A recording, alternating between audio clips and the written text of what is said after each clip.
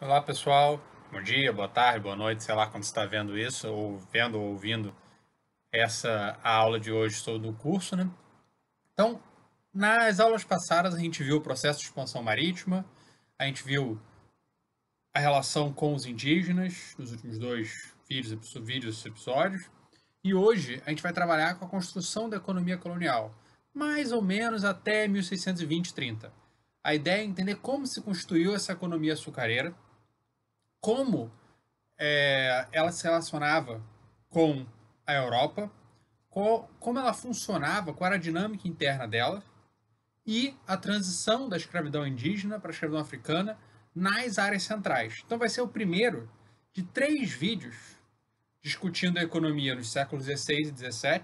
Você tem esse, depois tem o seguinte, que é sobre o contexto das guerras contra os neerlandeses, a invasão, e vai ter o terceiro, que é sobre o pós-guerra contra os neerlandeses e as áreas ditas periféricas, que eram menos integradas no comércio internacional, São Paulo, Maranhão, e portanto dependiam muito mais da escravidão indígena, que vão ser seguidos, por sua vez, por uma aula seguinte sobre a economia no século XVIII, as grandes transformações que a descoberta do ouro vai trazer. Então, são 3 vídeos pensados como um só, e mais um quarto que vai levar essa história até o século XVIII. Vamos acusar de doutrinação, enfim, mas fazer o quê, né? Mas eu acho essa citação do Capital do Marx muito interessante para a gente trabalhar com a economia. Porque a economia não tem que ser pensada como algo chato, com base no número. Não. Economia é a produção. A gente tem que entender a economia como a produção que sustenta as sociedades humanas. E a economia vai influenciar todos os elementos dessa sociedade, no passado como no presente. Então, para você entender qualquer sociedade, uma base econômica mínima, preferencialmente máxima, é essencial. Então, daí essa citação, que é inclusive a citação que vai que servir como epígrafe para o livro do Stuart Schwartz, Segredos Internos, que é provavelmente o melhor livro de história socioeconômica do Brasil colonial. Que é o livro do qual que o Schwartz vai, em grande medida, o Schwartz vai usar as ideias desse livro e vai atualizá-los com bibliografia posterior para o texto que eu passei, né, como obrigatório para essa aula. Então vamos lá, a citação que a gente tem, que é a citação que eu quero abrir a aula. A forma econômica específica através da qual é extraído o sobretrabalho não pago dos produtores diretos determina a relação de dominação e servidão, tal como esta advém diretamente da própria produção e, por sua vez, interfere de modo determinante sobre ela. Nisso se funda, porém, toda a estrutura da entidade comunitária econômica, oriunda das próprias relações de produção, e, com isso, simultaneamente, sua estrutura política específica. É sempre na relação direta entre os proprietários dos meios de produção e os produtores diretos, relação cuja forma sempre corresponde a determinada fase do desenvolvimento dos métodos de trabalho e, portanto, de sua força produtiva social, que encontramos o segredo mais profundo, a base oculta de todo o arcabouço social e, consequentemente, da forma política das relações de soberania e dependência, em suma, de cada forma específica de Estado.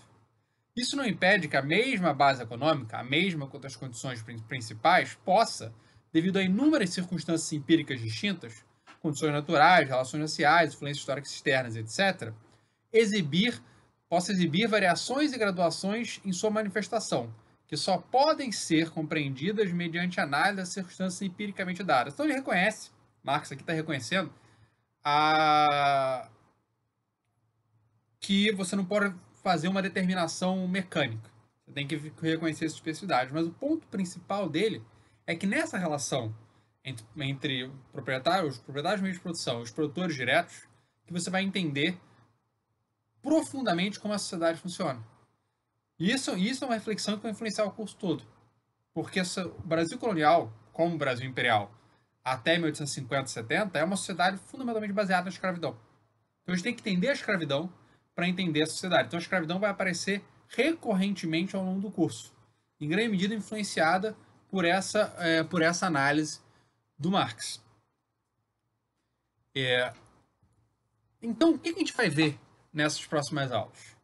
É um pouco uma tentativa de quebrar com essa visão muito simplificada da economia colonial, que a gente já discutiu um pouco nos vídeos anteriores, nos episódios anteriores, quando estava falando, por exemplo, das visões do Caio Prado, do Fernando Novaes e do João Fragoso. Porque como é que a história do Brasil colonial geralmente era ensinada no ensino básico? Hoje, você tem os últimos 10 anos, tem um próximo processo de sofisticação. Enfim, eu saí do ensino básico em 2011, o último ano que eu dei aula foi em 2011, mas eu vejo pelo livro didático mais recente que você tem sim um processo de sofisticação da sua compreensão. Mas como é que era, geralmente? A ideia é que você tem ciclos econômicos. Você tem o pau-brasil, depois tem o açúcar, depois tem o ouro, depois tem o café, e se fosse completar, diria que hoje você tem a soja, né? Então é uma visão que ignora outras atividades, ignora que essas atividades continuam é, a, quando a outra se segue, e ignora que você tem dinâmicas internas também. Então o Brasil, ele tinha monocultura, escravidão e produção por exportação? Tinha. Mas ele era só isso? Não. Por isso que essa visão é uma visão relativamente simplificada e que, enfim, o trabalho do historiador é complicar. Jacques Revel diz na introdução dele por herança material do Giovanni Levi, ou Levin, nunca sei como é que fala, que na verdade, enfim, o lema do historiador é: para que simplificar se você pode complicar? No sentido de que a realidade é complicada. E se a realidade é complicada, a história tem que ser complicada também. O aluno que vai estudar história, ele não pode achar que a história se resume a chavão. Não lembro se eu comentei aqui, mas eu tive um aluno já, uma vez no colégio, me falava: professor, história é uma disciplina fácil.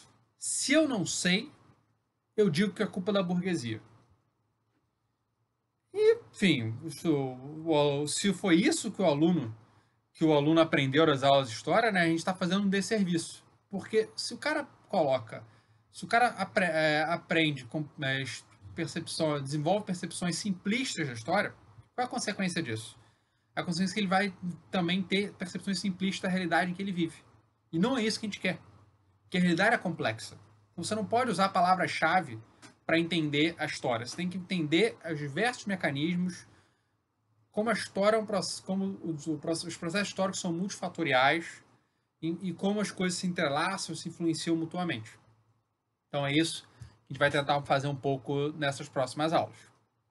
Como uma introdução, a gente tem que perceber que a história, que a economia do antigo regime, ela tem algumas especificidades. Há muito tempo, o Karl Polanyi enfatizou no Grande Transformação, que é um livro que pode estar errado em muitas suas análises mais específicas, mas que tem algumas sacadas interessantes para a gente pensar. E uma questão fundamental é entender como a economia está entranhada, embedded é o termo que ele usa, na sociedade. Não só, claro, no antigo regime, mas em toda a sociedade. A economia está entranhada na sociedade hoje em dia, na sociedade, na política, na cultura hoje em dia, como estava também. Quer dizer, como estava não, de maneira diferente, de maneira diferente que estava no antigo regime, mas também está aqui e lá. O ponto é que a gente faz essa divisão. Hoje é aula de economia, hoje é aula de sociedade, hoje é aula de cultura. Mas isso é uma divisão muito artificial, que a gente faz por questões didáticas. Não tem como eu gravar um vídeo de 20 horas falando de tudo isso.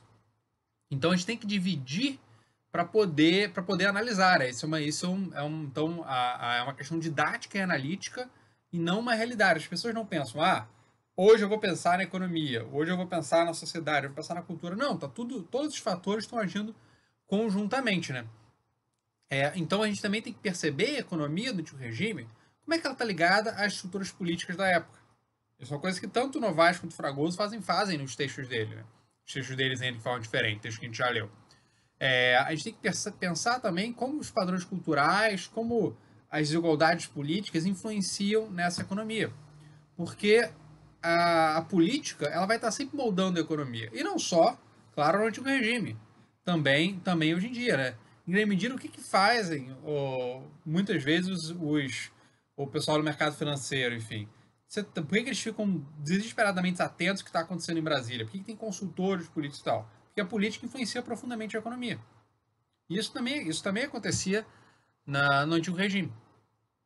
Então, eu vou tentar, durante a aula, a gente pensar como esses elementos se interagem, como esses elementos interagem entre si e se influenciam mutuamente. focando hoje na questão da economia. Outro ponto importante é o seguinte: boa parte dos esforços dos agentes econômicos não é necessariamente, hoje como no passado, ou no passado como hoje, não é necessariamente para você maximizar a sua produção ou sua renda. É para minimizar a incerteza. Por quê? E por que isso era especialmente marcado nessas sociedades pré-industriais? Pelo seguinte, porque a incerteza ela tem um impacto muito maior se você vive basicamente no limite da subsistência e se você se você está muito mais exposto a elementos digamos, da natureza como por exemplo a agricultura. A agricultura era uma parte muito maior da economia do antigo regime do que hoje em dia. Qual é a consequência disso? É que se você tem, por exemplo, problemas como uma seca ou como uma inundação, isso afeta muito mais brutalmente a vida das pessoas do que hoje em dia. Porque você tem uma economia global mais integrada. Se falta comida, você vai precisar de importar comida com muito mais facilidade. E, claro, para o fato que a economia não depende tanto da agricultura. Então, para essas pessoas que estão muito mais próximas, o agente mediano, né, que está muito mais próximo da subsistência, do nível de subsistência do que a gente, do que a maior parte das pessoas no Brasil em dia, né, Brasil, o mundo, enfim, ainda tem uma imensa quantidade de pobreza, evidentemente, mas as sociedades pré-industriais tinham muito mais. Então, boa parte dos agentes vão procurar agir e não só os mais pobres, mas também os mais ricos, vão procurar agir para minimizar essa incerteza. Não só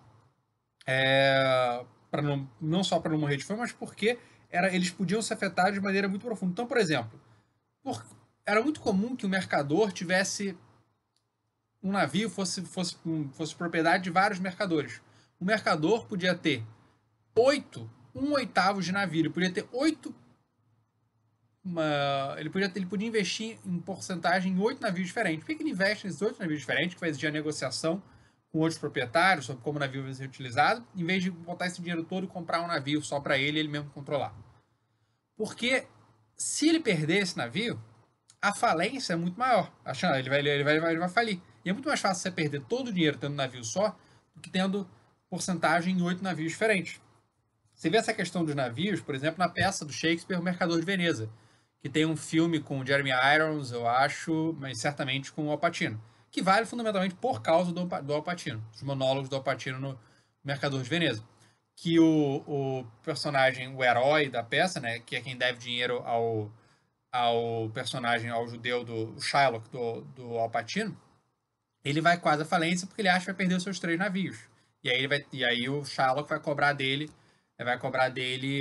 que ele tenha que pagar a garantia da dívida, que era uma libra da sua carne, que o Shylock existe do coração, vai para a justiça, o Shylock ser derrotado, enfim. O interessante é a questão do preconceito, de como se lidar com esse preconceito, reagir a esse preconceito, enfim. Era uma comédia, mas o monólogo o monólogo espetacular do Al Pacino transforma isso até numa tragédia, enfim.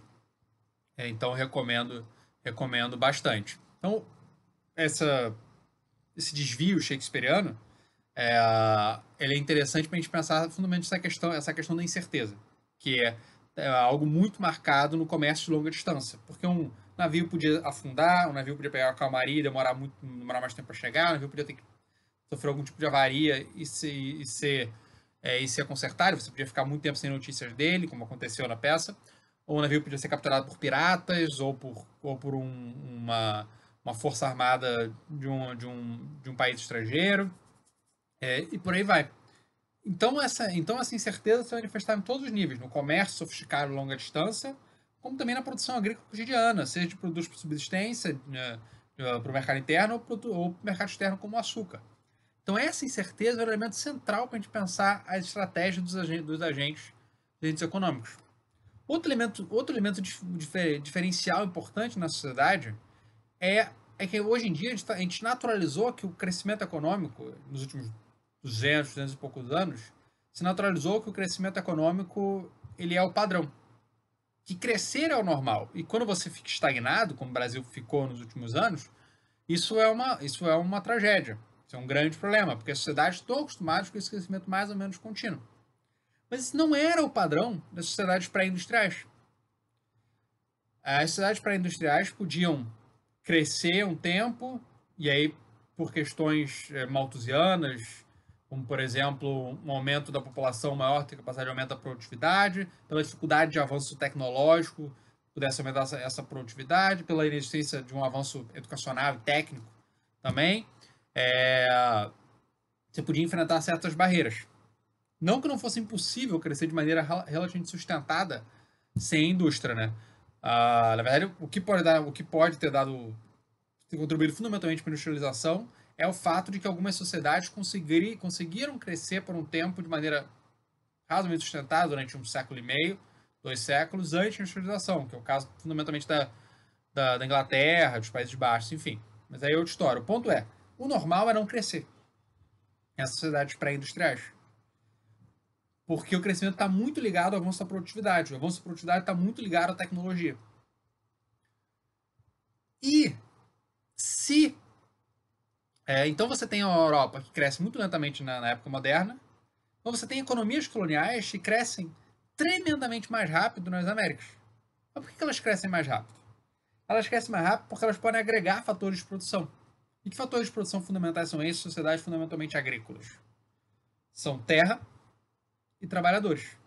Como é que você consegue agregar terra e trabalhadores? Fundamentalmente porque as sociedades de fronteira aberta, elas abrem a fronteira não está naturalmente aberta. Elas abrem a fronteira matando e escravizando indígenas. E esse processo de matar indígenas, escravizar indígenas e trazer e a vinda de imigrantes europeus e a deportação forçada de africanos escravizados da África para as Américas, elas vão possibilitar que você agregue terra e trabalhadores. E com isso, ao ampliar fatores de produção, você consegue crescer a produção total, mesmo se aumentar significativamente a produtividade. E você cresce a produção total numa sociedade extremamente desiguais.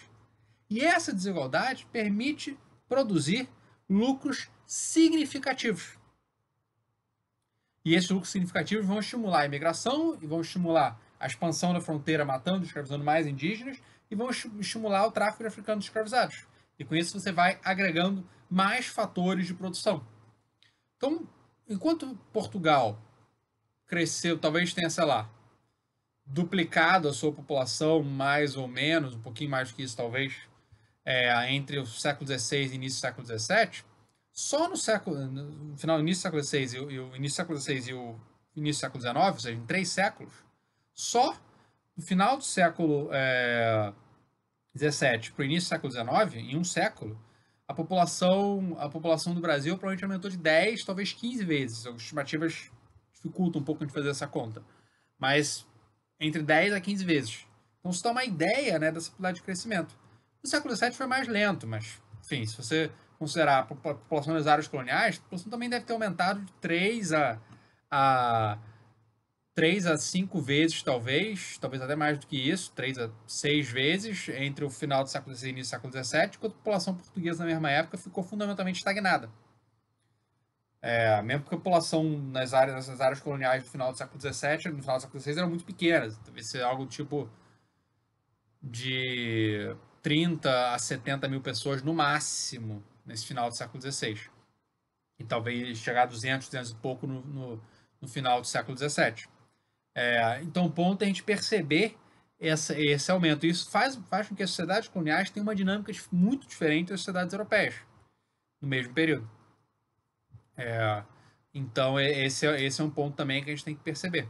E o último que a gente tem que notar nessa introdução, né, isso vale para os próximos episódios todos, né, para os próximos 4 episódios todos, é que a gente tem que sempre analisar como inclusive falei na aula discutindo o Fragoso e o Novaes, a gente tem que perceber essa economia a partir de 2 elementos. A gente tem que perceber a lógica interna, mas a gente também tem que perceber a inserção no mercado internacional.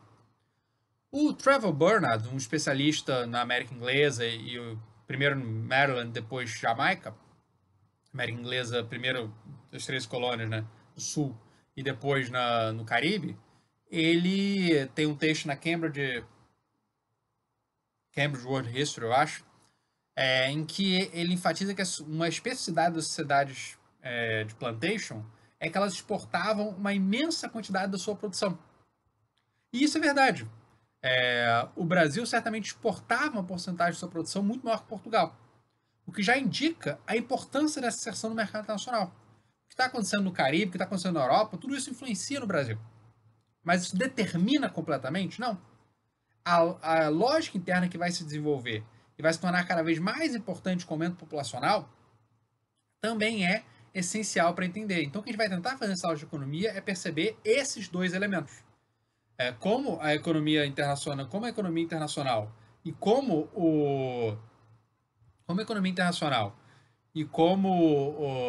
o contexto local influenciam essa estrutura econômica. A gente já falou um pouco nas aulas anteriores sobre o pau-brasil. E o pau-brasil, ele era fundamentalmente um corante, né? Ele servia como corante, que a maior parte do mercado dele não estava, como os produtos coloniais em geral, não estava em Portugal. Portugal era um país muito pequeno e não era imensamente rico, capaz de absorver a produção colonial. Então, a maior parte da produção ela era exportada. E exportada para onde? Para o norte europeu. Primeiro para Antuérpia, depois posteriormente para Amsterdã, que aí vai ser redistribuído. E essas eram regiões que tinham um contato forte, um comércio tradicional com Portugal. Eles já importavam de Portugal o sal de Setúbal, por exemplo, e exportavam, também importavam o açúcar da Madeira de São Tomé, também importavam as especiarias trazidas da Índia, né? E exportavam para Portugal têxteis, por exemplo, uma série de outros produtos.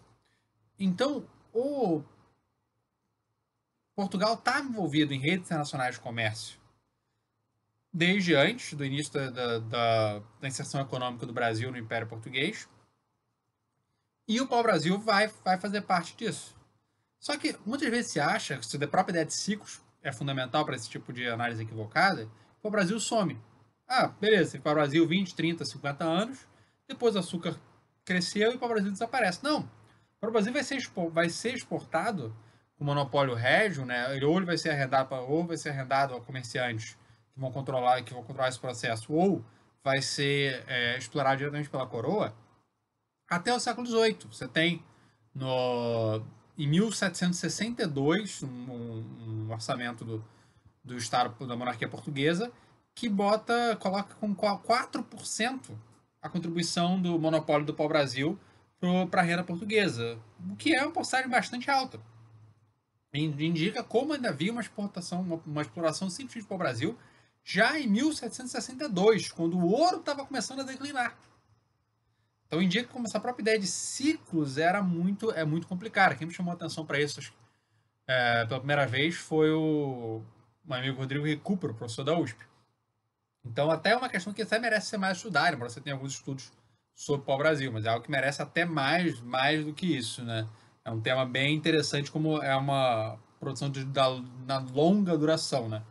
E, infelizmente, um dos principais estudos de história ambiental, trabalhando com madeira, enfim, tal, que é o do Sean Miller, ainda não foi traduzido.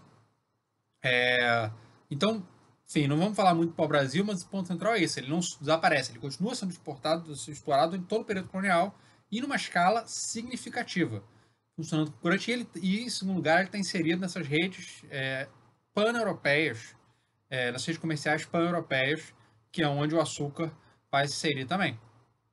Eu já comentei, então falei que os Países Baixos importavam o açúcar da Madeira de São Tomé. E isso é fundamental. O açúcar, ele não os portugueses não começam a produzir açúcar no Brasil. O açúcar, ele vai chegar no Brasil depois de uma longa viagem dele, como está nessa imagem que se vê tirada do Slave Voyages, o site da Transatlantic Slave Trade Database. E a gente percebe, ele vai da Pérsia, né, atual Irã, enfim, vai chegando até o Mediterrâneo, chega no Mediterrâneo Oriental, chega na Sicília, né, e aí na Sicília ele vai ser produzido até o século XVII, quando ele é fundamentalmente destruído, porque o açúcar exportado do Brasil e de outros lugares das Américas é muito mais barato que o açúcar siciliano, então o açúcar siciliano não tem mais competição. E de lá ele chega no Mediterrâneo Ocidental e no sul da Península Ibérica, e daí ele passa no meio do século XV para Madeira e para as Ilhas Canárias. Madeira de Portugal e as Canárias de Castelo. E por que essa chegada na Madeira nas Ilhas Canárias foi fundamental? Porque lá se começa a constituir um estilo de produção mais ou menos similar ao que vai ser feito no Brasil, embora na Madeira com mais trabalhadores livres e assalariados, ou um esquema de parceria, e com menos escravizados do que vai vir a ter no Brasil.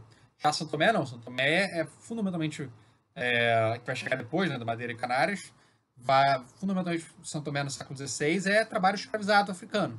Então o que vão estabelecer o modelo que depois vai ser aplicado no Brasil. E então esse modelo de produção ele já existe antes do início da produção açucareira no Brasil. E também o mercado para o açúcar. O mercado do açúcar está crescendo, porque quanto mais você produz, mais ele aumenta. Porque o açúcar ele não tem um mercado fixo. O mercado do açúcar é elástico. Por quê? Porque quando você aumenta a produção açucareira, você diminui o preço do açúcar. E ao diminuir o preço do açúcar, ele se torna mais acessível. Então o açúcar, primeiro, poderia ser algo medicinal ou uma sobremesa ou um alimento muito raro, valorizado.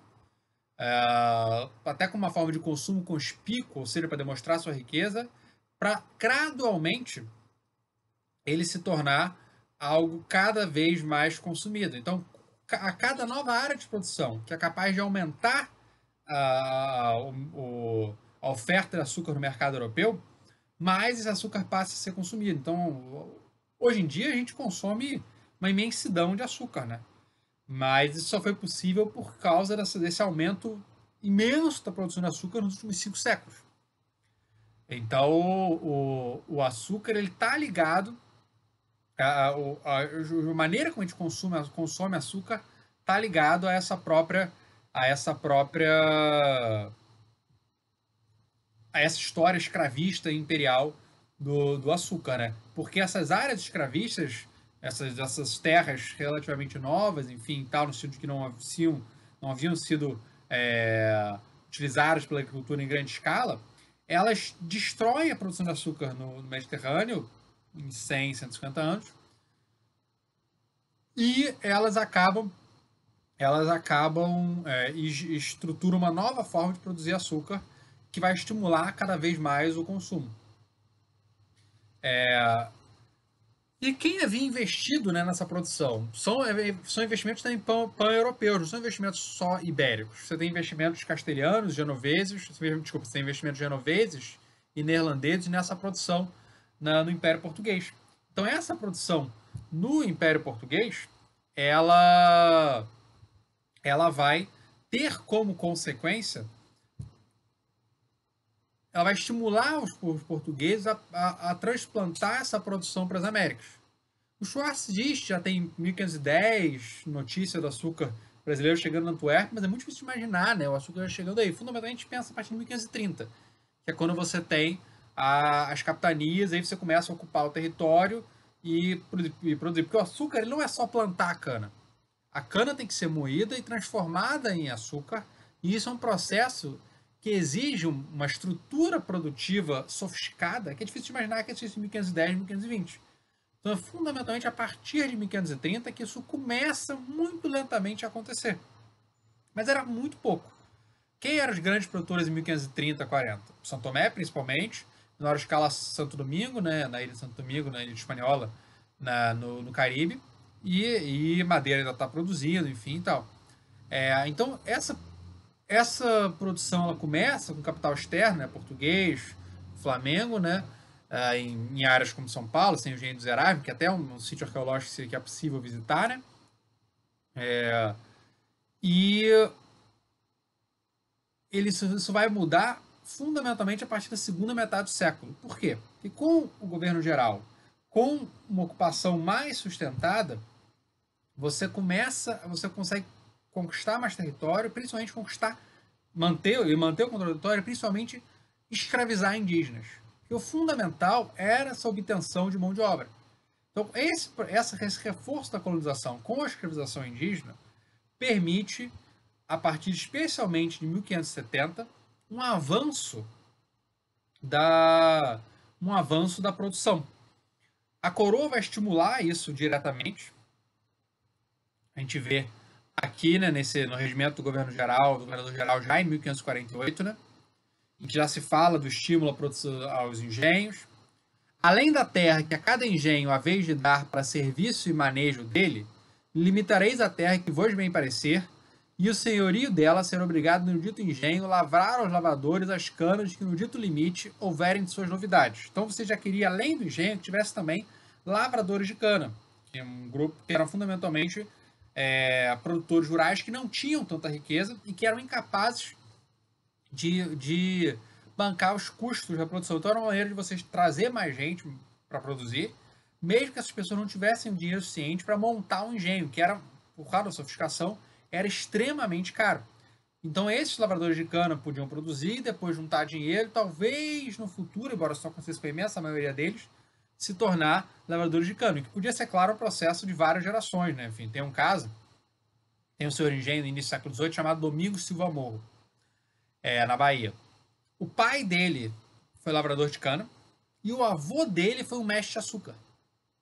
Então o avô dele era um trabalhador assalariado, especializado e bem pago no engenho, conseguiu comprar terra e o filho se torna um lavrador de cana, e esse filho conseguiu acumular e depois o neto se tornou um senhor de engenho. Mas isso demorou basicamente 75 anos, 3 gerações para acontecer. E aí a filha do ministro Valmor vai casar na elite, na nobreza baiana, enfim. Então só para dar um exemplo de como esse processo era muito demorado, porque era difícil fazer essa transição.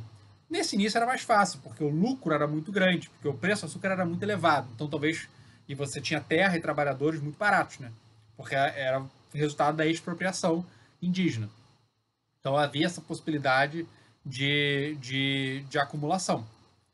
Essa tabela aqui, tirada do livro do Schwartz, Segredos Internos, ela mostra ele mostra o processo de crescimento. Né? Então, em 1570, você tem 60 engenhos de açúcar no Brasil, na América Portuguesa. A maioria deles concentrados em Pernambuco e na Bahia. Depois, em 83, 13 anos depois, já quase mudou. Uma taxa de crescimento muito grande, de 5% ao ano, no número de engenhos. Em 1112, passam para 192. A taxa de crescimento diminuiu, 1,8%, mas enfim, você continua crescendo. Depois você cresce de novo entre 1912 e 29 e chega a ter 346 engenhos. Então, o ponto é perceber como essa economia colonial está se constituindo de forma acelerada nesse período. Então, e ao fazer isso, ela basicamente destrói os seus concorrentes. Porque nem São Tomé, nem a Madeira, nem o Caribe espanhol têm capacidade de produzir o açúcar na qualidade e no preço que o Brasil faz. Seja por causa do clima, por causa da qualidade da terra, do acesso a trabalhadores. Então isso permite esse imenso avanço econômico nesse período. Então,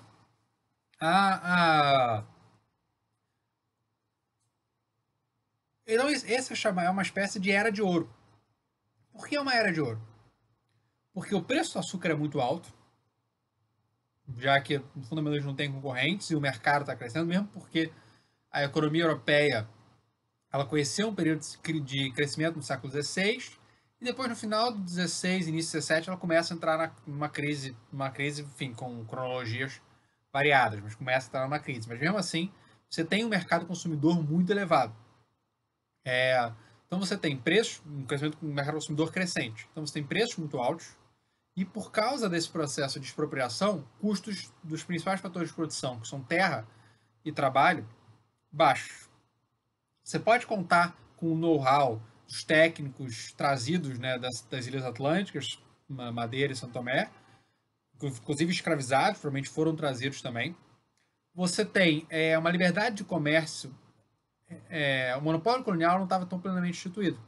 Então, você tem navios que não portugueses vindo para o Brasil, ainda que, especialmente pós-1605, né, eles passassem cada vez mais a voltar para Portugal em vez de diretamente para outros lugares, porque isso era exigido, né, pela coroa. Né? Você tem um processo de constituição, várias leis, formas de repressão sendo constituídas, né, que durante 50 anos vão instituir esse monopólio colonial, entre 1571 e 1621, e que vai se reforçar especialmente pós 1605.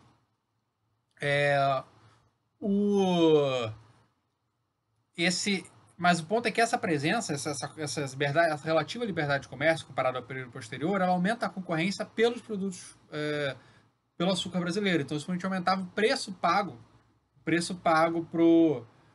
pelo açúcar. Então, era possível você crescer muito. E a terra também, ela era fértil, ela sendo pouco utilizada. Você tinha a produção açucareira, ela exige muito combustível, porque você tem que alimentar as caldeiras do engenho. E você tinha basicamente combustível, que era madeira, infinita nesse período, né? Parecia infinita, né? Não vai ser. No crescimento inicial, ela parecia infinita. Então, isso também vai ser barato, né? A terra vai ser barata, a mão de obra vai ser barata, a madeira vai ser barata. Muito do que era mais caro para construir engenho era o chamado cobre, né? Que tinha que ser importado, às vezes até do norte da Europa, Suécia, enfim e tal, para você poder construir o engenho, né? Que era, como a gente vai ver, uma máquina, era extremamente sofisticado, né? Você tem relações. Pausei porque passou um carro de som vendendo qualquer coisa, enfim, e atrapalhou meu raciocínio. Então, você tem outras. Você tem a relação com outros lugares, era especialmente marcada novamente com o norte europeu. Por causa da pujança econômica justamente de Amsterdã, que vai substituir a Antuérpia, e vai poder redistribuir esses produtos, não vai não só consumir, mas como redistribuir esses produtos originários de Portugal, originários de vários lugares, né? Amsterdã se torna um empório do mundo, né? Mas também porque você vai ter uma fuga de cristãos novos da Península Ibérica para Amsterdã, os Países Unidos, os Países Baixos. E esses caras vão trazer seus laços e vão também estabelecer laços comerciais com parentes e conhecidos que ficaram no Brasil. Quer dizer que os cristãos novos eles dominavam completamente esse comércio? Não dominavam completamente o comércio, mas eles têm um papel importante nesse tipo de comércio. A gente vai falar dos cristãos novos, da Inquisição, lá para o final do curso, né? Mas só adiantando, porque isso é importante para a gente entender esses laços com os Países Baixos, com os Países Unidos dos Países Baixos. E por que esses laços com os Províncias Unidas dos Países Baixos são fundamentais?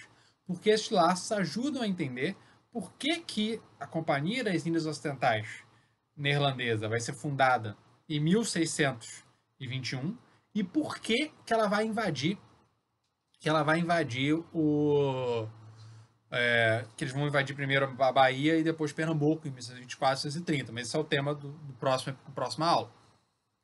Então, ao mesmo tempo que o Brasil estava crescendo, né, significativamente, a produção açucareira estava crescendo significativamente no Brasil, o Brasil estava sendo cada vez mais importante para Portugal, você também tem uma crise no Império Asiático. Né? O Império Asiático ele vai ter que lidar com o avanço com o Império Português na Ásia, vai ter que lidar com o avanço dos impérios asiáticos, os mogóis na Índia e o Império Safávida no atual Irã, e com a entrada dos neerlandeses e dos ingleses na Índia, que muitas vezes vão se aliar a esses impérios asiáticos contra os portugueses. Então, consequentemente, né, enquanto o Brasil estava aumentando sua importância, a Índia estava se enfraquecendo e o Brasil vai se tornar um elemento cada vez mais central para Portugal.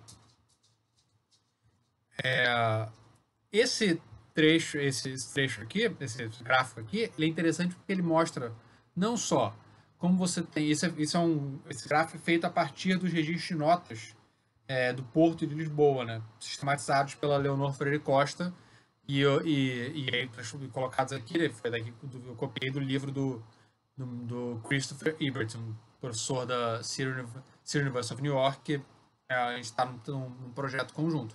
Então, o que a gente vê aqui? Não só você tem um aumento desses contratos, indicando um aumento, provavelmente, da navegação, do comércio entre Brasil e Portugal, mas também a gente pode perceber quais são os lugares mais importantes. E quais são disparadas as áreas mais importantes? Pernambuco e a Bahia.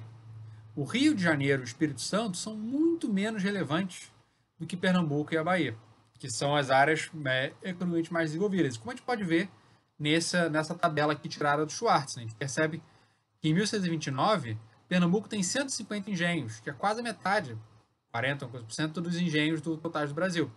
E a Bahia tem 80. O Rio já teria 60 nessa estimativa, mas o problema do Rio é que são engenhos geralmente menores, que na Bahia, então, em termos de produção, é bem menos. E aqui algumas imagens holandesas, né, para a gente ver essa estrutura. O que a gente chama a atenção? Fundamentalmente, só negros são representados nessas imagens do meados do século XVII. Porque o engenho era, digamos, como o João Fragoso chama, uma aldeia colonial, uma sociedade extremamente complexa, mas com a sua imensa maioria de trabalhadores escravizados, fosse primeiro indígenas ou depois africanos. Então, aqui essa aqui era do Zacarias Wagner, essa do Franz Post, enfim, depois vocês podem olhar o PowerPoint para ver com mais detalhe, né? Mas o que chama a atenção sempre é essa, e chama a atenção dos europeus, né, que pintaram Wagner e o Post, é essa predominância gigantesca dos africanos escravizados. É aqui um colono, né, um Ambrósio Fernandes Brandão, ele enfatizando essa importância que o Brasil tinha em comparação com a Índia. Porque a Índia implicava em custos muito maiores, enquanto o Brasil dava uma renda cada vez maior para a coroa com custos muito menores, porque boa parte dos custos eram, digamos, privados, né? Enquanto a coroa arrecadava com os impostos cobrados, com impostos alfandegários, com açúcar que chegava em Portugal, por aí vai. Mas esse comércio ele era internacional. E aí o Chris, ele tirou do Arquivo Municipal de Amsterdã, né, nos livros de notas, ele investigou, e percebeu, né, e identificou esses vários seguros de navios, né, do comércio brasileiro que eram feitos em Amsterdã. Então o navio podia sair, por exemplo, de Lisboa e para Angola, para o Brasil, depois para Lisboa, e aí depois para os Países Baixos, mas ele não vai ser segurado ele não vai ser segurado, não vai se fazer um seguro dele, né, em Portugal. Vai se fazer onde tem um mercado de seguros mais sofisticado, que é Amsterdã, o que mostra esse caráter internacional desse comércio, até para viagens que não tinham nada a ver com com os Países Baixos diretamente. Então, você tem uma viagem Bahia-Porto, se imagina que esse açúcar depois vai ser exportado dos Países Baixos, mas o navio em si não vai fazer essa viagem, e ele vai ser segurado em Amsterdã. E aqui, inclusive, assim, vou repetir isso várias vezes, né, para vocês, é que uma das melhores coisas, se você está interessado em fazer história colonial, é aprender neerlandês. Porque essa documentação, aprender holandês, porque essa documentação está basicamente toda online, documentação holandesa, hoje em dia. Então, e está online, está relativamente bem catalogada, enfim. Então, eu gostaria muito de saber holandês para trabalhar com essa documentação. Quem sabe algum dia eu tento a maluquice de aprender. Enquanto isso, enfim, só tem que confiar nos amigos e ler os trabalhos deles e invejar o seu conhecimento linguístico, né? Mas se alguém no Brasil quer fazer, se alguém no Brasil aprende holandês, tem tempo para fazer mestrado, doutorado e 40, 50 anos de pesquisa só com essa documentação holandesa digitalizada, né? Que é muito, muito rica. E a gente percebe aqui, esse gráfico foi feito pelo livro do Daniel Strum, né? E aqui a gente percebe também o número de refinadores de açúcar. Açúcar menos refinado no Brasil, açúcar mascavo, por exemplo, ele era levado, né? Ele também era levado e ele podia ser refinado em Amsterdã. Então a gente percebe como esse número vai crescendo, né? Eram quase em 1580 e vai crescendo até chegar a 30 em 1925. O que denota novamente esses laços comerciais, porque esse açúcar sai do Brasil para ser refinado lá. Então, isso também é indicativo de como esse comércio de açúcar não era um comércio bilateral Brasil-Portugal. Estava inserido profundamente nessas redes comerciais pan-europeias. E aqui, essa pintura de 1624, se não me falha a memória, ela vai enfatizar doces, né? Mas o interessante é que, além dos doces, ela tem a cana-de-açúcar aqui. Que a cana-de-açúcar não estava lá, ela servia só de uma representação, né, para indicar essa importância do açúcar para esses doces, enfim. Então isso mostra também como nessa cultura visual, né, e no cotidiano você está ampliando, né, esse consumo açucareiro numa escala, esse consumo do açúcar numa escala muito grande. Então o nosso último ponto da aula é desculpa, nosso penúltimo ponto da aula é a transição para a escravidão africana. Então, como eu falei, você já tinha a escravidão africana você já tinha essa escravidão africana nessas ilhas atlânticas. Madeira, em menor escala, provavelmente escravizados representavam uma minoria, e principalmente São Tomé, que aí serve como modelo fundamental para o Brasil. Mas no início do Brasil, você não recorre a trabalhadores africanos escravizados. Por que se você já usava trabalhadores africanos escravizados na Madeira e São Tomé, você não recorre imediatamente a trabalhadores africanos escravizados no Brasil? Pelo simples fato que eles eram caros. Era caro comprar um africano escravizado. E você não tinha recursos suficientes para isso. Então, como é que essa sociedade se constitui? O Rodrigo Cooper ele brinca que a acumulação primitiva de capital. Brinca não, enfim, ele faz uma referência ao Marx, dizendo que a acumulação primitiva de capital do Brasil colonial é a partir da escravização indígena. Então, a sociedade colonial brasileira ela se constitui nas suas primeiras décadas completamente baseada na escravidão indígena. Inclusive nas áreas centrais, na Bahia, Pernambuco, todas elas, no Rio de Janeiro, todas elas se baseiam na escravização indígena. É essa escravização indígena que vai permitir a produção de alimentos, que vai permitir a produção de açúcar, que vai permitir a produção em geral a constituição da sociedade. Então, o cativeiro indígena é o ponto de onde a gente tem que partir para entender essa economia. E claro que ele vai continuar. Mas ele vai se transformar ao longo do tempo, vai também mudar de lugar, enfim. Como eu falei na aula passada, você teve esse processo de que o governo geral ele vai liderar essas guerras e vai se começar, a partir da década de 1960, a ideia da guerra justa, que justifica quem é que pode ser escravizado. E você tem decisões legais, mas também são decisões políticas, como toda decisão legal, inclusive, também é política, para determinar quem pode ou quem não pode ser escravizado. Você tem esse embate entre coroa, os jesuítas e os colonos, como a gente falou na aula passada. Você vai ter africanos desde o início. Mas a primeira licença para importar, para que o Brasil importasse africanos escravizados, parece ter sido de 1538. E alguns devem ter vindo também de Portugal, lembrando que Portugal tinha um número razoável de africanos escravizados nesse período. Em 1550, talvez 10% da população de Lisboa era de africanos. Portugal teria algo em torno de 30 e tantos mil africanos nesse período. Seria 3% da sua população total, que poderia chegar a 10% em Lisboa. A maioria estava considerada Lisboa e no Algarve, né? No Algarve, no sul de Portugal. Então, alguns africanos certamente chegaram de Portugal para o Brasil, vindos com seus senhores, ou sendo vendidos, né, pelos seus senhores para o Brasil. Mas era uma escala pequena. Então, nessas primeiras décadas, é fundamentalmente a escravidão indígena. Mas aí você tem essas disputas. A coroa vai tentar proibir a escravidão e os colonos vão reagir. O argumento da coroa era proibir, para que você evangelizasse, você só pode escravizar os índios inimigos. Mas o fato de você só poder escravizar índios inimigos sempre abre espaço para que você considere o índio inimigo e você o escravize. Então, e quando a coroa tenta ser um pouco mais restritiva, como em 1909, você vai ter reações dos colonos e reações que chegam fundamentalmente a revoltas, como na Bahia após essa lei de 1609. Aí você tem logo depois uma de 1611 que volta atrás. Por quê? Porque a coroa, na prática, ela queria que essa sociedade continuasse produzindo, que a sociedade colonial ela continuasse produzindo, exportando e garantisse a ocupação do território. E na concepção de como eles imaginavam esse território, era impossível sem escravos, sem pessoas escravizadas. e você não tinha recursos para substituir tão rapidamente pela escravidão africana. Então, a consequência inevitável é que a coroa tivesse, né, que a coroa tivesse que recuar e aceitar essa escravidão indígena. Então, o esforço dos jesuítas, o esforço da coroa, ele sempre foi ambíguo. Mesmo porque os jesuítas, a coroa se beneficiava da escravidão indígena através da produção, e os jesuítas, eles mesmos, também tinham indígenas escravizados.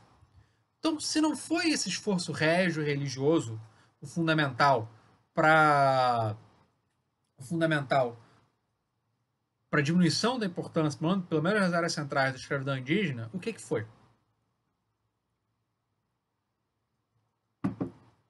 Fundamentalmente são questões demográficas. Você começa a ter, a partir de 1560, uma catástrofe demográfica muito grande. Essa concentração de indígenas, a presença cada vez maior de europeus, esse aumento da circulação transatlântica e a exploração das condições de vida deles fazem com que os colonos fossem cada vez mais transmitissem cada vez mais doenças.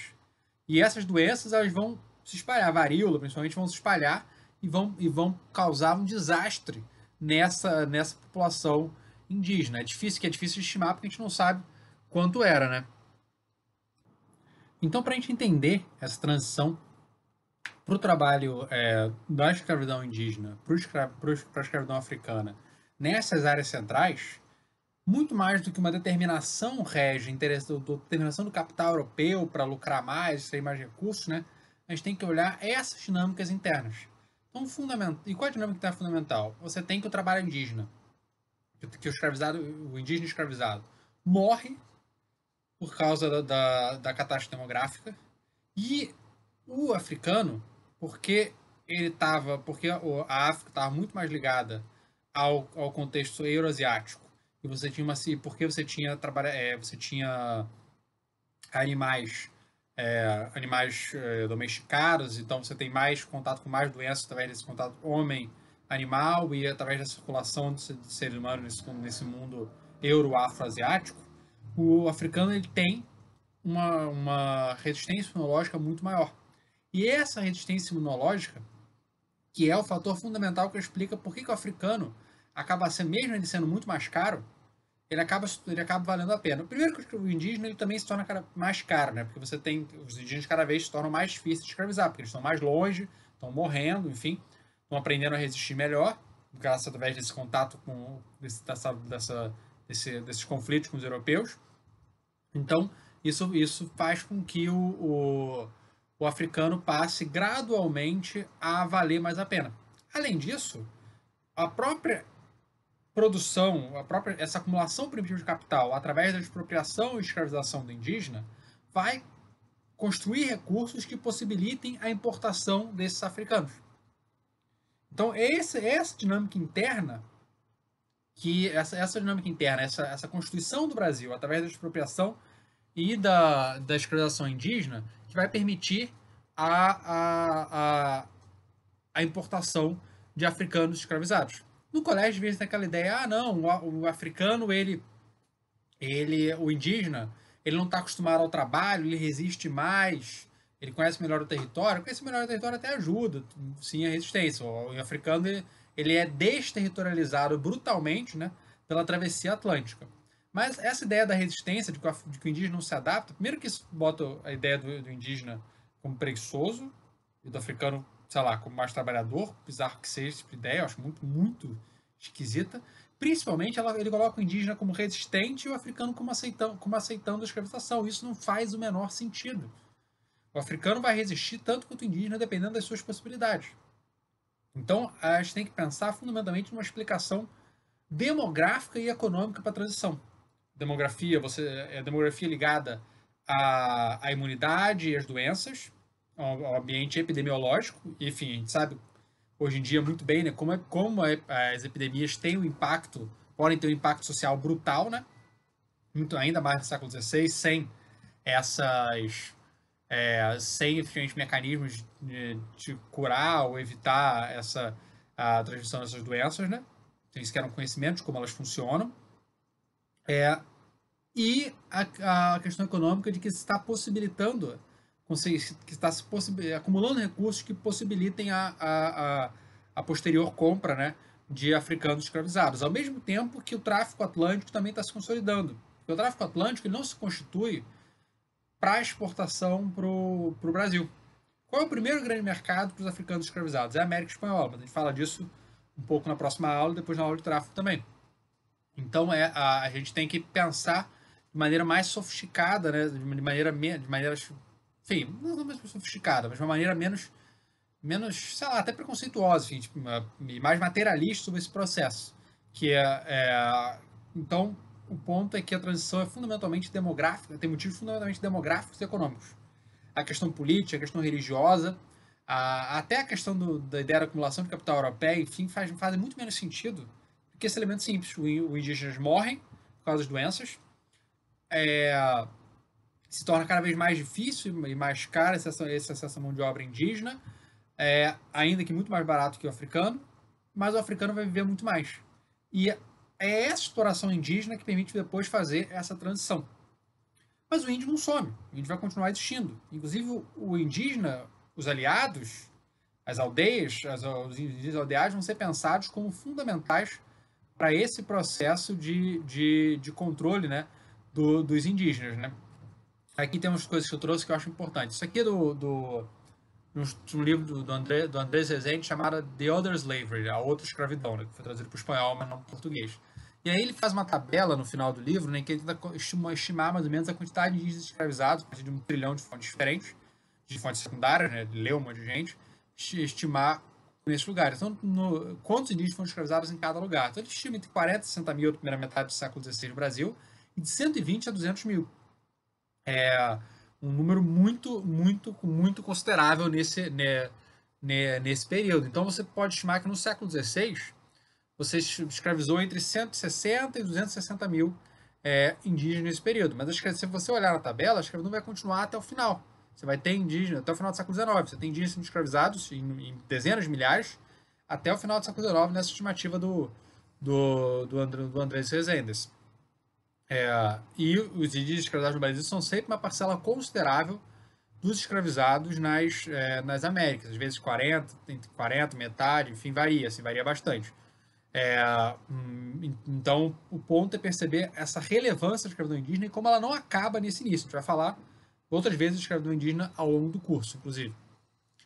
Já essa citação do Laranjeta, né, já falamos dele antes no outra aula, é interessante pela maneira como ele se refere a essa imensa mortandade das epidemias na década de 1560.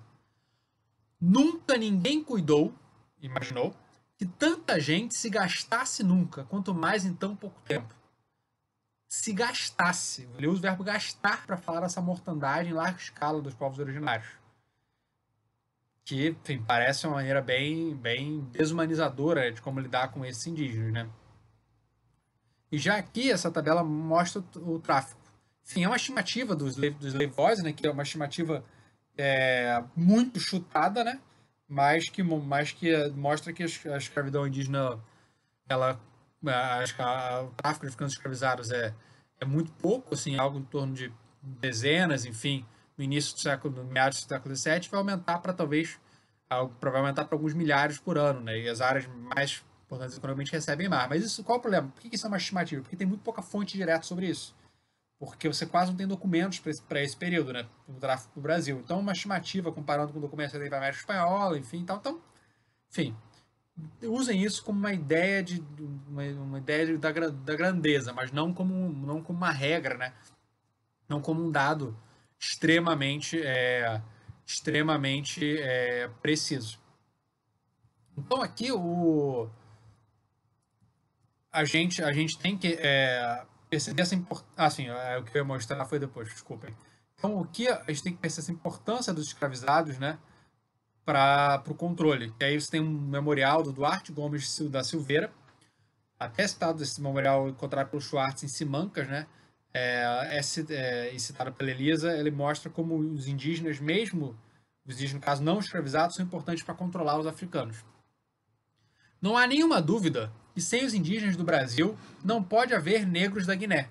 Ou, dito melhor, não pode existir o Brasil. Ao menos sem os negros nada pode ser feito. E eles são 10 vezes mais numerosos que os brancos. E se agora é custoso controlá-los com os indígenas, de quem eles têm grande medo, o que pode acontecer sem eles? No dia seguinte, eles, os negros africanos, se rebelarão e é uma difícil tarefa vencer os inimigos domésticos. Então, o interessante aqui é a gente perceber que o indígena não desaparece, ele continua, inclusive, a ser fundamental para a sustentação. No caso, os indígenas não escravizados, os indígenas aldeados, enfim. Então, era esse o ponto que eu queria chamar a atenção aqui. Um filme brasileiro, que dos anos 2000, pega exatamente esse processo, né, de transição da escravidão indígena para africana. Né? Se chama Desmundo. Eu acho um filme razoável, enfim. Então, eu recomendo. Nem sei se está disponível em algum lugar, mas se vocês tiverem como assistir, eu acho que vale a pena, enfim. É baseado no romance da Ana Miranda, né? Então, os escravizados, indígenas, depois africanos, vão ser a base da sociedade. Os bens dos vassalos desse estado são engenhos, canaviais, roças, gados, lenhas e escravos, que são o fundamento em que se estriba a sua riqueza. A posse de escravos é a mais considerável, porque dela depende o remédio de todas as outras. Porque a posse de escravizados é o elemento mais considerável. Porque são esses escravizados que vão perfazer o trabalho que vai permitir você gerar riqueza. Então, a sociedade colonial ela se baseia fundamentalmente na exploração do trabalho indígena e depois do trabalho africano. Então, esse é o ponto central para a gente entender a sociedade. Porque o engenho ele só faz sentido, pode ser muito caro montar o engenho, mas ele só existe porque você tem esses trabalhadores africanos escravizados, porque você não tinha recursos para manter esses engenhos sem os escravizados. Você não tinha você não tinha trabalhadores para fazer esses engenhos funcionarem sem os escravizados. Outro ponto importante perceber também é que a transição ela não foi uma imposição econômica ou uma coisa impensada que aconteceu. Embora a gente tenha muito poucos documentos, parece muito provável, inclusive comparando com outros lugares, como a Virgínia, que tem um debate clássico sobre a transição, é que a transição foi uma escolha. E quem é que deve ter feito a transição primeiro? O trabalho indígena para o africano escravizado? Os maiores proprietários. Ou, se não os maiores, pelo menos os com mais laços comerciais. E é interessante que esse processo de transição ele vai ter um impacto muito grande. Nesse período da transição, na Bahia e Pernambuco, do final do século XVI e início do século XVII, você vai ter uma mudança muito grande dos senhores de engenho. A maior parte, talvez 4/5 dos senhores de engenho na Bahia em 1587, já sumiram. Já não são mais senhores de engenho 30 anos depois, 25 anos depois. Se a gente compara algumas listas que existem nesse período. E por que isso acontece? Isso fundamentalmente acontece porque eu imagino, né? Isso é uma hipótese que merece talvez um pouco mais de investigação, embora a gente nunca consiga determinar pela falta de fontes. Provavelmente acontece porque esses caras que primeiro se instituíram a partir dos cargos régios que eles ocuparam, conseguiram legal e ilegalmente acumular recursos e da escravidão indígena, não tinham as ligações comerciais necessárias para fazer essa transição para ter acesso a esses africanos, para conseguir o crédito, para fazer a transição para esse outro tipo de mão de obra. E aí talvez pessoas mais ligadas a comerciantes tenham feito isso. Mas aí, enfim, isso é um processo que você tem que fazer uma prosopografia desse senhor de engenho, investigar as relações comerciais dele, isso depende fundamentalmente da documentação inquisitorial, já que a gente tem mais fontes para isso, enfim. Aí, quem sabe, é um projeto futuro, né? Uma das minhas ideias, enfim, eu estou recolhendo material para isso há anos. Já tem bastante coisa para o século XVII, mas tem que conseguir mais coisas para o século XVI e mais coisas para o século XVIII, né? É fazer um artigo vendo todo esse processo de mudança na classe senhorial açucarocrática na Bahia de 1587 até 1759. Mas, enfim, isso é para o futuro, ainda tem que fazer bastante pesquisa, né? E muito papel velho para chegar aí. Mas o ponto que é muito evidente é que você tem essa transição e, para mim, ela está fundamentalmente ligada a, a essa a essa diferença, né? Você tem essa, desculpe, você tem essa transição do trabalho indígena para africano e isso está ligado a essa mudança na classe senhorial em constituição na Bahia nesse período. Porque essa classe senhorial ainda não tinha conseguido estabilizar, coisa que só vai acontecer no século XVII. A gente vai ver isso na aula de sociedade, né? Então o Brasil, ele serve, especialmente Bahia e Pernambuco, são o primeiro exemplo consolidado de uma plantation escravista, que vai durar muito, porque Madeira, São Tomé, Espanhola vão acabar fracassando. E, na verdade, vão fracassar porque o Brasil vai competir com elas.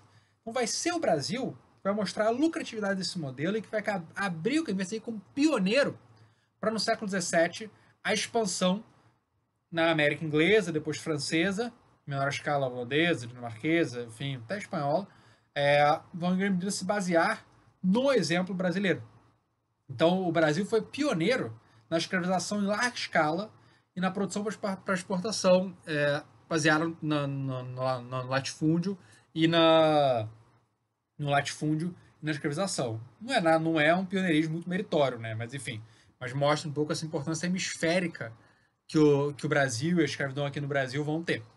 Mas isso vai acontecer em escalas diferentes no Brasil, né? Essa consolidação da plantation escravista e da mão de obra africana. As principais áreas açucareiras, Bahia e Pernambuco, vão fazer a transição primeiro, enquanto outras áreas que tinham menos recursos fazer a transição depois, como Rio de Janeiro. E depois São Paulo e Maranhão fazer a transição mais depois ainda.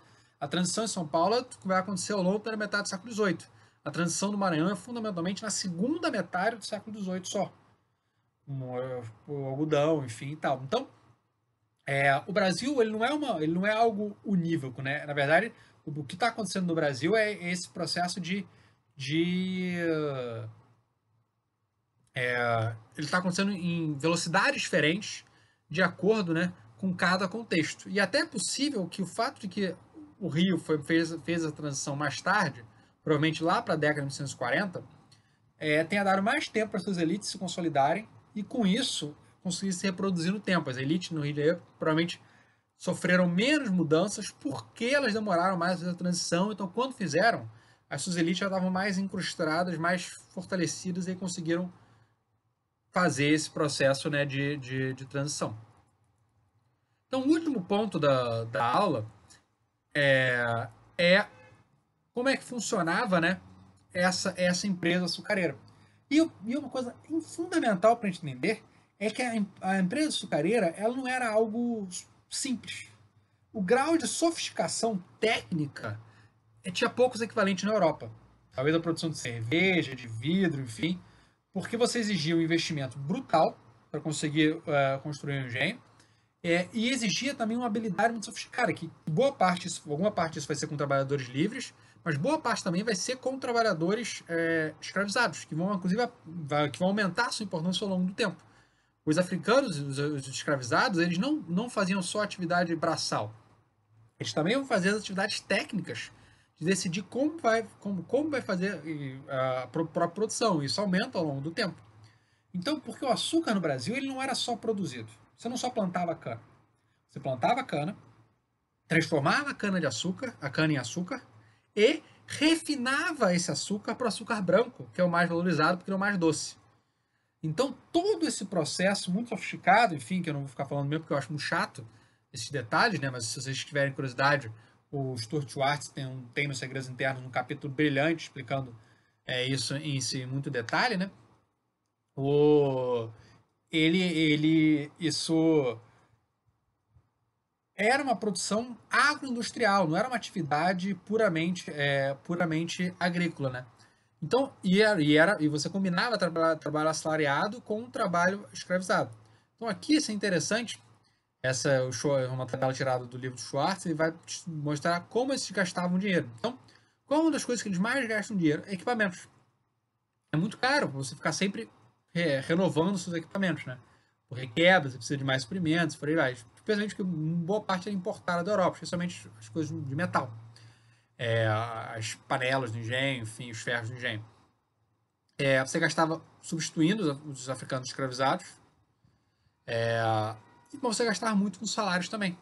Então o engenho ele era profundamente sofisticado.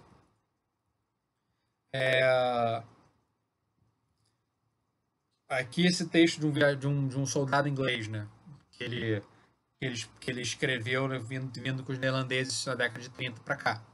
Todo engenho tem uma capela, uma escola, um padre, um barbeiro, um ferreiro, um sapateiro, um carpinteiro, um merceneiro, um moleiro, um alfaiate e todos os demais ofícios necessários. Todo engenho é uma comunidade política em si mesma. E o senhor de engenho é promotor e juiz dela. Então, o ponto aqui é a gente perceber como esse engenho ele era muito mais sofisticado do que simplesmente uma área agrícola do que simplesmente uma plantação agrícola. Ele era como uma comunidade política em si mesma, que indica essa importância social e política do senhor de engenho, e ele exigia uma série de atividades econômicas que vão estar presentes desde o início. A gente viu essa carta do Arte Coelho já em 1549 para o rei Dom João V, Pernambuco.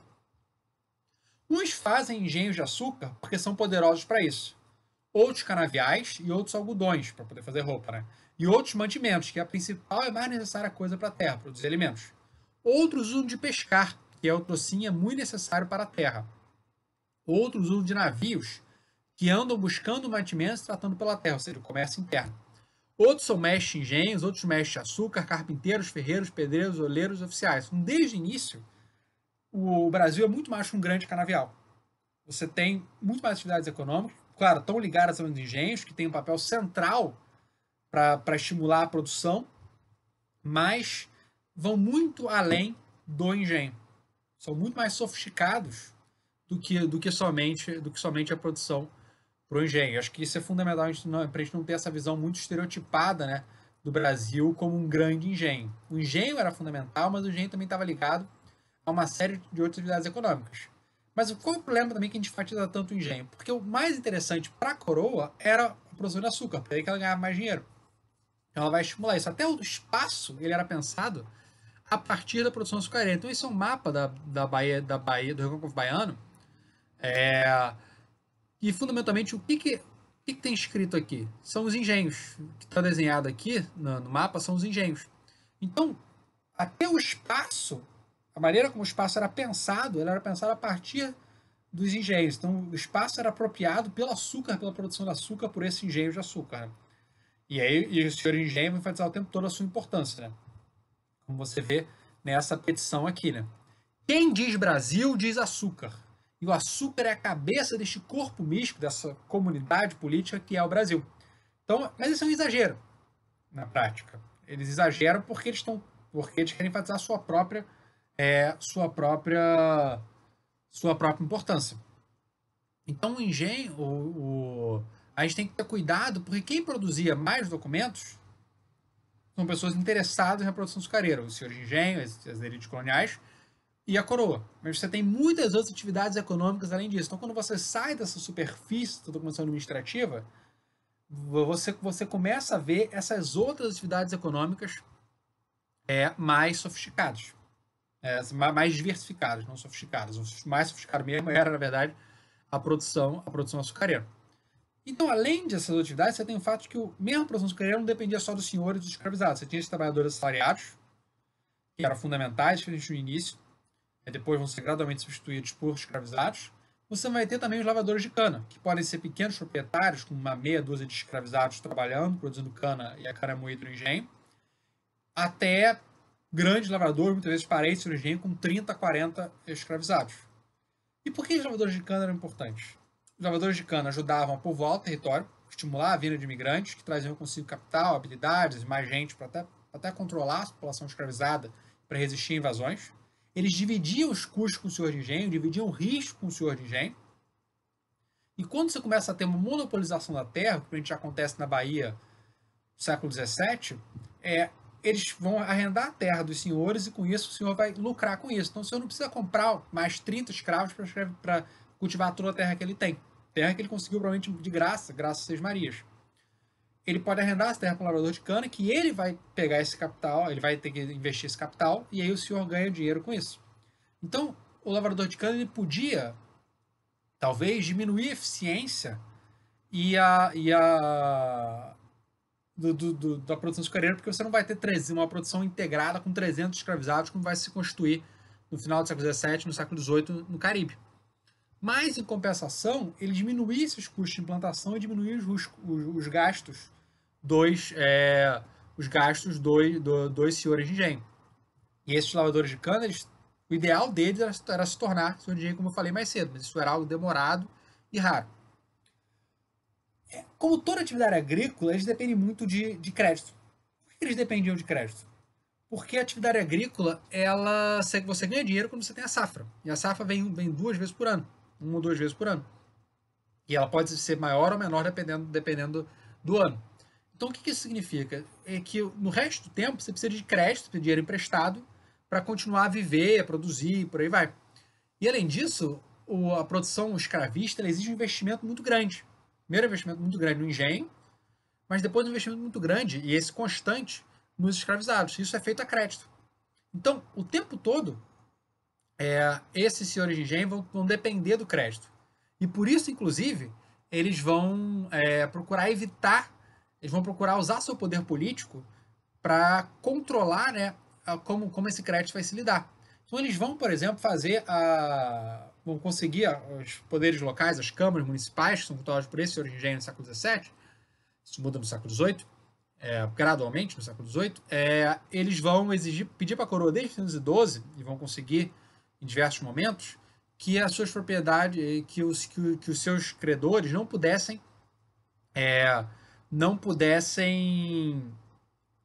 executar as dívidas em toda a sua propriedade, ou seja, que não pudesse, eu devo dinheiro para um mercador.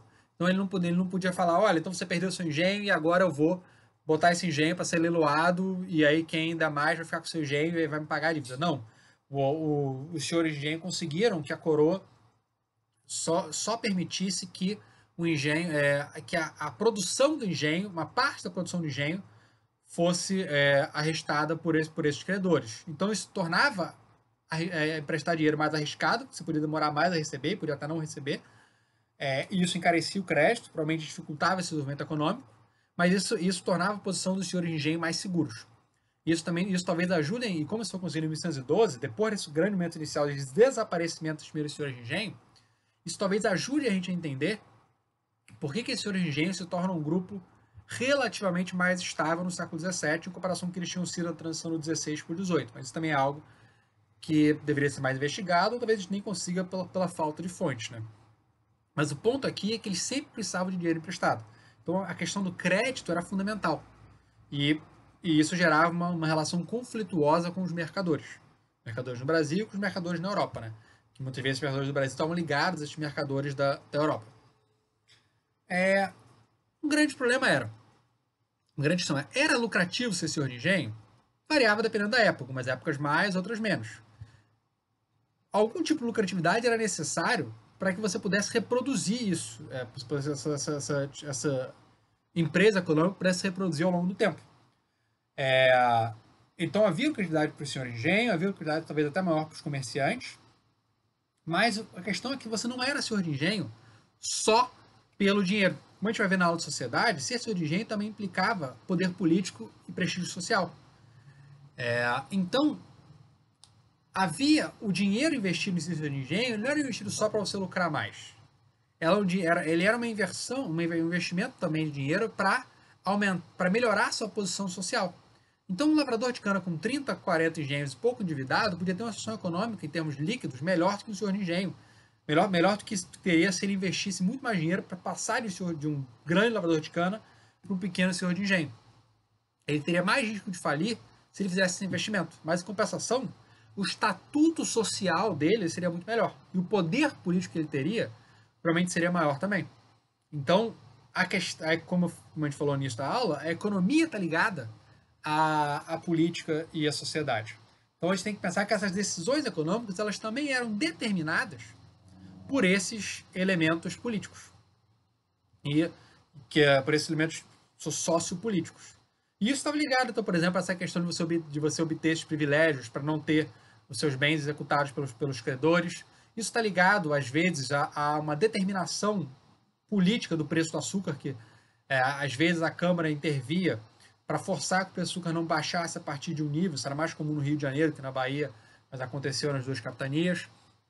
A coroa também intervinha, você tinha as guerras, como a gente vai ver na próxima aula, elas eram fundamentais para a gente entender esse contexto também. Então,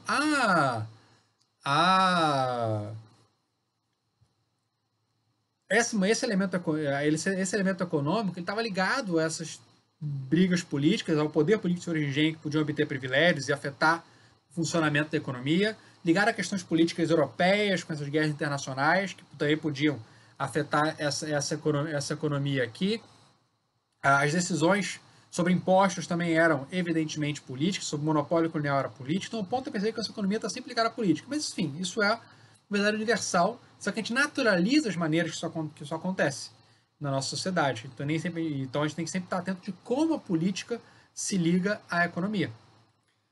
E as conjunturas internacionais vão ter um fator central. Então, por exemplo, você vai ter uma crise econômica na Europa no início do século XVII, 19, 20, enfim, e isso vai afetar a produção açucareira aqui. Porque isso diminui a demanda.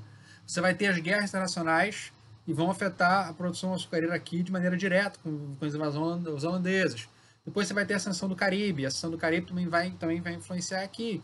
Então não dá para pensar o Brasil somente dentro do Brasil. Você tem que sempre pensar o Brasil nesse contexto atlântico, que ele vai estar ligado, e em algum grau no contexto global, que ele vai estar ligado também. Então a gente vai tentar fazer um pouco nisso nessa aula. A gente tem que sair do, digamos, do nacionalismo metodológico e olhar para o Brasil só dentro do Brasil. A gente tem que perceber esses contextos mais globais, enfim. O que não quer dizer, claro, que a conjuntura internacional determinasse tudo que estava no Brasil. Mas nesse momento inicial, o açúcar, como você tem uma população realmente reduzida aqui, no início do século XVII você tem dezenas de milhares somando indígenas aldeados, portugueses, europeus, né, que tem alguns poucos nomes portugueses, e africanos escravizados, você tem talvez 70 mil pessoas no início do século XVII aqui. Então você tem um mercado interno muito limitado, o que amplia a importância da produção para exportação. Então essas culturas internacionais são especialmente importantes. Depois, no final do século XVIII, quando a população é muito maior, 2 milhões e pouco, 3 milhões, enfim, aí o mercado interno vai ser muito maior. Mas mesmo assim, as culturas internacionais vão ter um fator central. A gente vai vendo isso ao longo, mas o ponto é que a gente sempre tem que entender o Brasil nessas relações, mas nunca achar que as culturas internacionais determinam completamente o que está acontecendo no Brasil. É essa interação entre o interno e o externo. Você vê como os dois estão ligados um ao outro. Aqui, né, uma imagem, né, se não 1982, né, da produção açucareira no Brasil, né, você tem os bois carregando, enfim, você tem um engenho movido a água, provavelmente aqui, você tem também o processo de refino, enfim, fazendo os pães de açúcar. Essa descrição do Antônio Vieira é extremamente impressionante, né? É o primeiro sermão do Vieira, que na época ele devia ter acho que 27 anos, um sermão para os negros do engenho, né? E aí como é que ele descreve a produção açucareira? E verdadeiramente quem vir na escuridão da noite aquelas fornalhas tremendas perpetuamente ardentes. Porque na época você tinha que moer a cana muito rápido.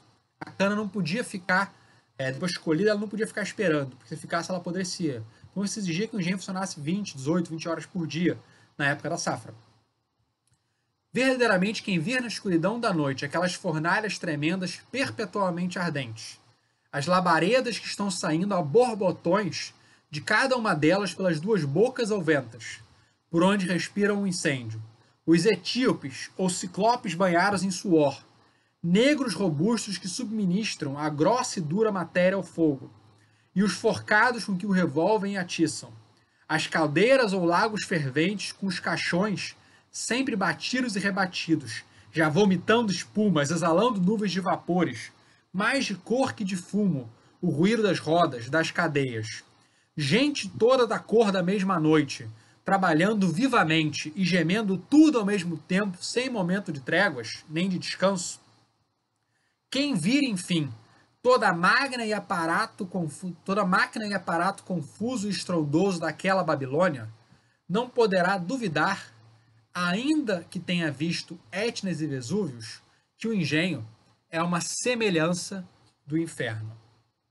E isso, enfim, de alguém que não vai ser crítico da escravidão africana, né? Mas era realmente impressionante, assim, da situação que os africanos estão tão colocados, né? Aqui é uma imagem, enfim, de um engenho movido à força motriz animal, né? Bois, que era mais barato de construir, mas menos eficiente, produtivo do que os engenhos movidos à força do rio, né? Como esse aqui. Quem está ouvindo o podcast pode entrar no link que está lá no podcast e ver e baixar o PowerPoint para ver as imagens que eu estou mencionando. Esse trecho, novamente, desse soldado inglês, o Cuthbert Pudsey, da década de 30, também mostra essa maneira brutal que se lida com o africano escravizado. Se eventualmente um negro fica aleijado, pois são tratados como animais, é posto para alimentar o moinho ou raspar raízes de mandioca na roda. Eles usam os escravos com muito rigor, fazendo-os trabalhar sem fim. E quanto mais os maltratam, mais úteis os acham, pois são levados a crer, por experiência própria, que os bons tratos corrompem seu comportamento. Então, você tratava da maneira mais violenta, porque se você tratasse bem, você achava que o escravizado não ia que ia ficar mal acostumado e não ia trabalhar mais. Então, a violência era um elemento que a gente não pode enfatizar demais, assim, um elemento central de como funcionava a escravidão, embora não só. Enfim, mas a gente vai falar mais, a gente vai ter outras aulas falando de escravidão, sobre trabalho, enfim, falar um pouco, que a gente vai enfatizar isso mais para frente do curso, né? Então, na próxima semana, a gente vai, na próxima semana, o que a gente vai fazer vai ser trabalhar como esse Brasil açucareiro vai estar inserido nesse contexto internacional, vai estimular essa invasão neerlandesa e os impactos que essa invasão neerlandesa vão trazer para o Brasil. Então e como isso está ligado também à conjuntura internacional da União Ibérica, enfim e tal. E isso vai ligar o Brasil à América Espanhola. Então esses são os nossos temas da próxima aula. A aula já ficou grande demais. Agradeço a todos que chegaram até aqui. Obrigado.